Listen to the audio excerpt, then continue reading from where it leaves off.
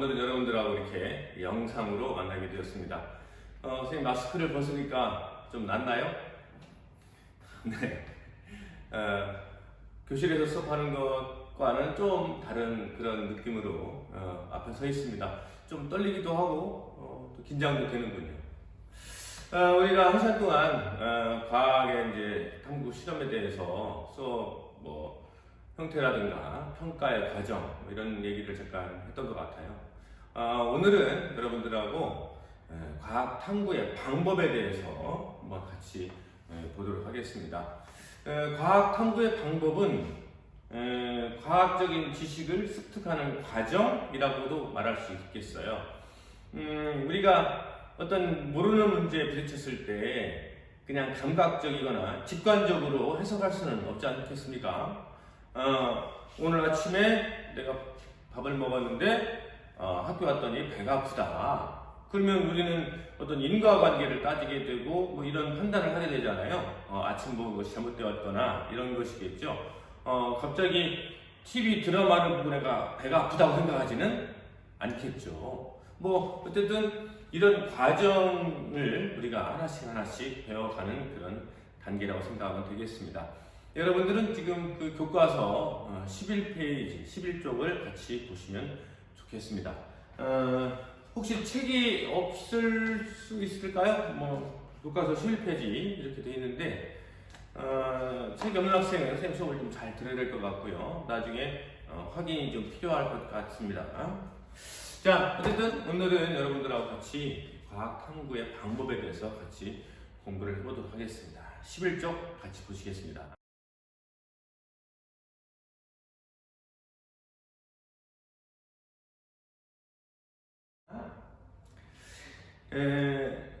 과학에서 가장 먼저 시작되는 것은 문제 인식입니다. 아무런 문제가 되지 않는다면 그런 건 시작도 못하는 거잖아요. 우리가 이제 에이크만이라는 사람이 있었거든요. 에이크만. 그런 사람이 어떤 닭들이 각기병에 걸립니다. 그런데 어떤 닭들은 걸리지 않아요. 그랬을 때 저 닭은 운이 좋은가 보다. 저 닭은 재수가 없어. 이렇게 판단하는 것은 과학적이진 않죠. 또 이것이 문제라고 생각하지 않으면 더 이상 진행은 되지 않았겠죠. 그런데 에이크만은 이게 왜 그럴까? 이런 생각을 하기 시작했습니다.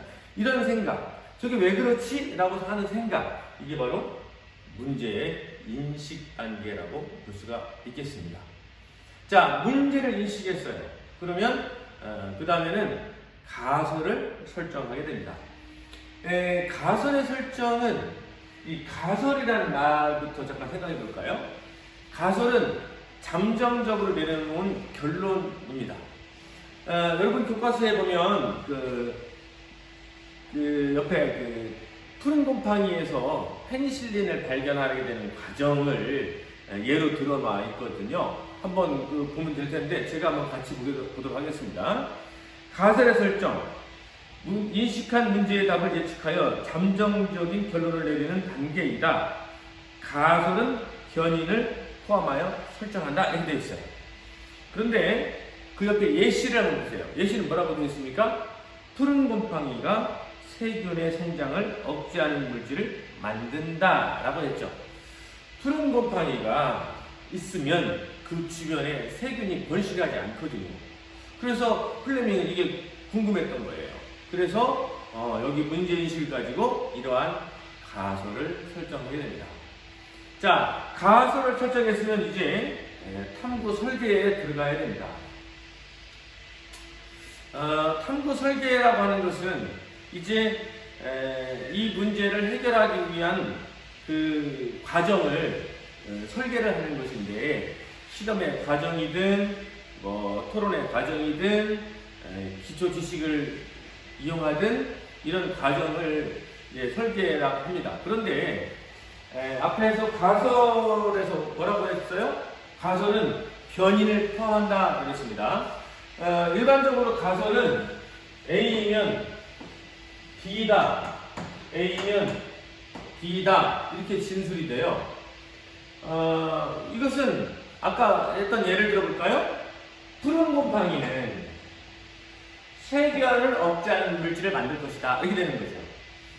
이때 이것을 원인이 되는 행위라고 하고 이것을 결과가 되는 것이겠죠. 흡연을 하면 폐암에 걸린다. 이렇게 해서 진술하는 거잖아요. 근데 여러분 거꾸로 한번 해보세요. 폐암에 걸리면 흡연을 한다. 말이 되죠? 말이 되나요? 안 되죠. 그러니까 A는 원인이고 B는 그 결과인데 일반적으로 가서는 이렇게 원인이 있고 그 결과를 잠정적으로 내려놓은 결론이라고 생각하는 거죠. 지금 청소가 하고서 좀 시끄럽긴 한데 막 목소리 잘 들리시죠? 네. 자, 그래서 이때 이 원인이 되는 결과를 원인이 되는 그 변인을 우리는 이것을 독립 변인 그리고 그 결과되는 것을 종속 변인 이렇게 이야기를 합니다. 지금 요 문제에서 보게 되면 푸른 곰팡이가 원인이죠. 그 결과는 뭐예요? 세균을 억제한다는 게 결과죠. 자, 이것을 알아보기 위해서 우리는 실험 설계를 이제 하게 되는 거죠. 자, 그 내용을 같이 보겠습니다. 어떻게 했어요? 조건이 같은 세균 배양제를 준비해서 하나에는 푸른 곰팡이를 주입하고 다른 한쪽은 푸른 곰팡이를 주입하지 않은 것이죠. 자, 이제 배지라고 하는 것은 여러분 이런 모습 보았나요? 이렇게 이런 모습에 그 배지 이게 종이 같은 것들 이렇게 물을 머금은 그런 그 종이 같은 게 있어요. 여기를 놓는 거죠. 그리고 그리고 똑같은 배지에 그것을 하나 또 준비를 해서 하나는 뭐를 푸른 곰팡이를 여기는 제시하지 않는 투입하지 않는 이런 두 개를 준비하는 거죠. 왜 두 개를 준비할까요? 얘는 얘랑 비교해 봐야 되거든요. 그래서 두 개를 준비합니다. 여기서 잠깐 플라시보라는 말을 좀 설명하고 싶어요. 플라시보는 우리말로 위약, 거짓 위에 약 할 때 약이죠. 거짓약 효과라는 게 있는데 만약에 어떤 폐암에 대해 혹은 간암에 특효약을 개발했다고 합시다. 근데 이게 실제 효과가 있는지 없는지는 확인을 해봐야 되잖아요. 그런데 사람은요, 그걸 먹으면 좀 나아진다는 생각 같은 것들이 있습니다. 그래서 그 심리적인 효과들이 있거든요. 근데 어떤 약이 그런 심리적 효과에 의지하면 안 되겠죠. 그래서 그런 효과를 제외시켜야 되거든요. 그래서 간암에 걸린 사람이 두 사람 있으면 한 사람에게는 실제 개발된 약을, 한 사람에게는 밀가루로 만든 약을 줍니다. 그리고 똑같이 이게 이번에 개발된 신약이다 이렇게 얘기를 하죠. 그리고 먹습니다. 그런데 이 약을 먹은 집단이 나았어요. 근데 이 밀가루 약을 먹은 사람도 나았어요. 그러면 이 약은 효과가 있는 걸까요? 없는 걸까요? 없는 거라는 거죠. 이런 것들을 우리는 위약 효과라고도 하고요. 그래서 실제 임상 실험할 때는 이런 것들을 통해서 실제 약이 효과가 있는지를 검증하고 있거든요.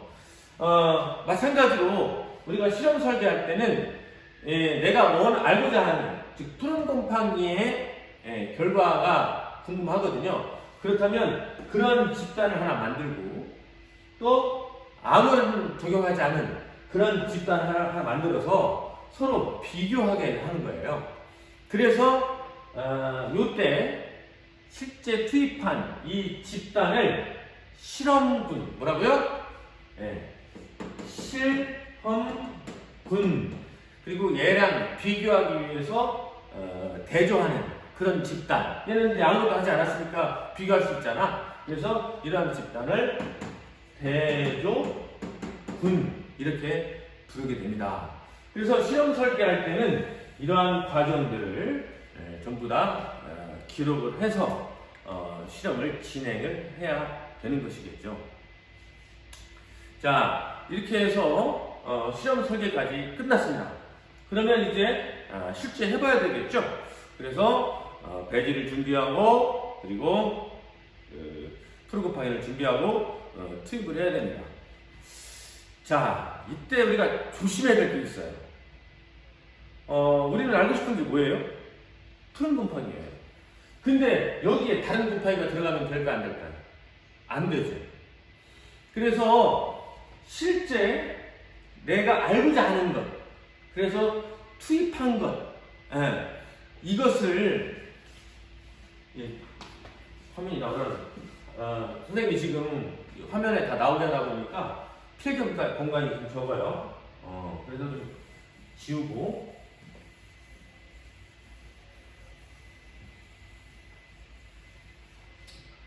자,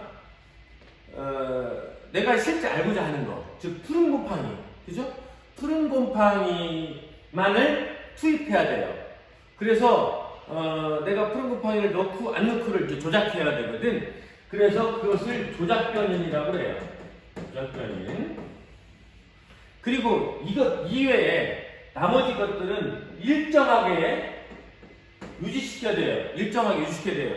예를 들어서 두 배지의 온도나 습도나 환경이나 균이나 이런 것들을 일정하게 유지시켜 줘야 되겠죠. 이런 것들은 통제해 줘야 돼요. 실험에 영향을 미치지 못하도록 일정하게 통제시켜 줘야 돼요. 그래서 이러한 것들을 통제 변인이라고 합니다. 사실은 통제 변인이 연구할 때 매우 중요합니다. 왜냐면 실험을 내가 뭐 지금 좀 단순한 실험들이야 뭐 그렇겠지만 정말 복잡한 실험들은 어떠한 요인이 투입될지 모르는 경우도 많거든요. 그래서 최대한 실험할 때는 이런 통제 변인을 잘 구성을 해내서 실험 결과에 영향을 미치지 않도록 그렇게 해야 됩니다. 자, 다시 얘기할게요. 푸른 곰팡이가 세균을 억제하지 않도록 했어요. 우리는 그것을 알아보고 싶어요. 그리고 탐구 설계를 하잖아요. 그리고 이제 실험을 하게 되는데, 탐구 수행을 하게 되는데, 이때 조심할 것은 뭐다? 통제 변인입니다. 내가 실제 투여하는 푸른 곰팡이는 무슨 변이라고 그래? 조작 변인이라고 그래. 그러나 그 나머지 모든 것들을 일정하게 유지시켜줘야 돼. 이건 뭐라고 그래? 통제 변인이라고 하는 겁니다. 자, 이런 조작 변인과 통제 변인을 잘 구성해서 실험을 했어요. 자, 그러면 이제 결과가 나오겠죠. 실험군, 대조군, 아까 설명했던 거고요. 이제 자료를 해석을 해야 되겠죠. 이제 자료를 해석하는데, 실제 푸른 곰팡이 있는 부분에서는 세균이 자라지 않았다. 혹은 별 차이가 없다. 그러면 결론이 나오는 거죠. 그랬을 때 이것을 이제 해석을 해야 됩니다. 역시 푸른 곰팡이 주변에는 세균이 자라지 못하는구나. 그러면 이 세균을 자라지 못하는 이 부분은, 이 성분은, 이 기작은 인체 혹은 다른 부분에도 적용시킬 수 있지 않을까? 그러면서 이제 항생제가 만들어지게 되거든요. 어쨌든 그래서 자료 해석의 단계를 거칩니다. 그래서 이것이 이제 실제 다른 조건에서도 가능한지 이런 검증들 몇 번을 통해서 실험을 반복해서 수행하거나 이런 과정을 통해서 또 오류를 잡아나기도 하고요. 또 지금 우리가 여기서 놓친 부분이 있어. 다시 한번 실험 수행 과정을 다시 한번 살펴봐야 될 것 같아. 그런 경우는 피드백을 통해서 새로운 설계를 진행하기도 하고 그렇습니다. 자, 이렇게 해서 이제 과학 탐구의 과정은 거의 끝이 나게 됐는데요. 그래서 이제 푸른 곰팡이는 가설이 뭐였었죠? 푸른 곰팡이는 세균을 억제하는 물질이 들어있을 것이다. 그래서 결과가 역시 그렇구나. 그렇다면 가설을 인정하게 되는 거고요.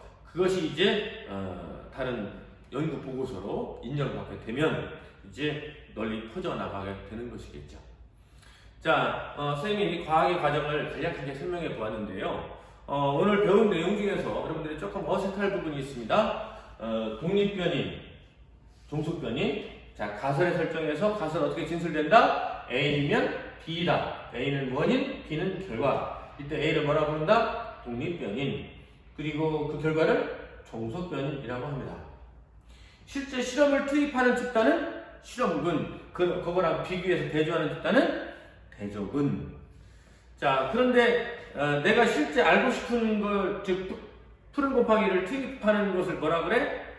조작변인. 그것 이외에 나머지는 일정하게 유식해줘야 돼. 그걸 뭐라 그래? 통제변인. 이렇게 중요한 용어들이 좀 나와 있네요. 이런 부분들을 여러분들이 이번 기회를 통해서 잘 좀 배웠으면 좋겠습니다.